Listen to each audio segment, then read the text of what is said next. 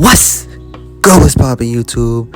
It's your boy C the Dog here, and welcome back to another story time. You know what time. Now this is not a middle school story, it's a high school story. You know what it is, baby. Now I want to talk about the people that everyone had in their high school. It would usually be those seniors that get no play, so they have to prey on little freshman girls. And even in some cases, it could be senior girls preying on little freshman dudes. The majority of the time is the other way around. And there's a term for these people. They're called high school pedos. Now you can find them walking around the halls, never in class, and 80% of the time, they are athletes. Now with that being said, we had a free period in high school called study hall. And these were like the prime hours to go after these girls because they're either focused on their phone or doing homework or talking to their friends. Now what they would usually do if you're a girl and you're on your phone at any point in time, they would take your phone and run away with it so you would go to chase them. It's kind of like those people in the white vans that try to lure children to their van with candy. With that being said, what they would also do is go behind the girls and cover their eyes and say, Guess who? They will also be the motherfuckers to say, Where my hook at? These guys were elite cornballs. And it would work on these girls because they were young, dumb, very impressionable, and easily manipulated. And a lot of the time, it was 50-50. These girls were either very innocent to the point where they don't know what is what, or they were some freak balls themselves and they were biting off more than they can chew. But let's get back to the pedos. These motherfuckers would either be doing that shit in the hallway, do it in the classrooms, or right when it hits out of school. What they would also do is hit them up online. I'm talking about Instagram DMs, Snapchat, which was very popular when I was going to high school, or if they somehow managed to get their numbers, they would text them. Now remember what I said, these guys were elite cornballs. No bitches. I don't know how they managed to get their numbers, but they just got it like that. It really has to be the multiple years of them getting that experience of being an elite cornball and knowing how to fiddle their way to get what they want. And some of these little girls really thought that was something to brag about. No, shawty, you are a victim. But back to what I was saying, these girls would either get tricked or would willingly go meet up with these dudes alone. And at that point, again, it was easy pickings. The dudes could do whatever the hell they wanted to do, even if the girl said no. And then they could just cover it up by telling their friends or whoever the fuck that they fucked. The shit is just sad for real. But let me dive into the main story for this video. Back then, there was this girl that was friends with my sister, and we'll just call her Jazz. Now, your boy really had like a big childhood crush on her. I'm not even gonna hold you. But I was too young for that. Way too young for that. Plus, my sister was being a little cockblocked. So it is what it is. Nah, but for real, let me chill and let me get into the story.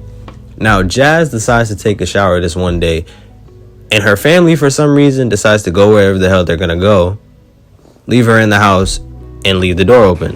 What? Now, Jazz gets out of the shower and she decides to do her laundry, knowing the door is still open, expecting her parents to be home at any moment. She's still in her towel, and she's doing her laundry in the hallway, but she hears the door open. And it's two guys that she's not expecting to see. Both of them play football. I don't remember if they were older than her or younger than her, but the pedo shit starts when they're young. Now they decided to take it upon themselves and sexually assault her. She didn't go into too much detail when she told us this because it was very fucking traumatic, but they took off her towel and decided to grope her. I don't know exactly what happened after that, but I know she told her parents and the police got involved. But somehow, they got away with no charges, no nothing. Now, I told y'all the history I had with her. I was ready to pull up 2 rocket launchers and blow them niggas to smithereens. In GTA, of course. That shit was really wild and sad. But I'm gonna get into another story that I have for y'all. And this one really relates to the pedo activity that went down. Now, my ex-girlfriend from middle school that basically got passed around by my friend group got into a relationship with a motherfucker that's old as shit. Now, We never knew what was going on behind the scenes. But I'm telling you, this old ass motherfucker had to have hit her up online. There was no photo of bro. Before 2020, there was nothing. There was nothing. I don't know where this motherfucker just spawned in at and swooped in and took her off her fucking feet. But he just appeared. Mind you, bro was born around the civil rights movement. Why are you fucking with that little ass girl? I don't know. On top of that, that was before she was even 18. What are you doing? And dude was another football player, another athlete. And on top of that, they didn't even go to the same school. Bro was out of school already, preying on her. Honestly, to keep it a buck with you, this wasn't even a story. I just wanted to put this on blast, because what the fuck? You are a hater. And to keep it all the way 100 with y'all, for real, I feel like this next generation, when it comes to high school pedos, is gonna have it the worst. Because not only is this shit so joked about online to the point where if it's actually happening in real life, it's swept under the rug. But a lot of these adults that you have to go to talk about this shit and bring attention to it, where are those high school pedos? What I'm really saying to y'all is be careful if you're in that situation. If you're a little girl, or even if you're a dude, honestly, because there are some cougars out here that act just like those high school pedos. They are weird. Be wary, be aware, and be safe. And if you're a bystander and outside of the whole entire thing and you can do something about it, do it.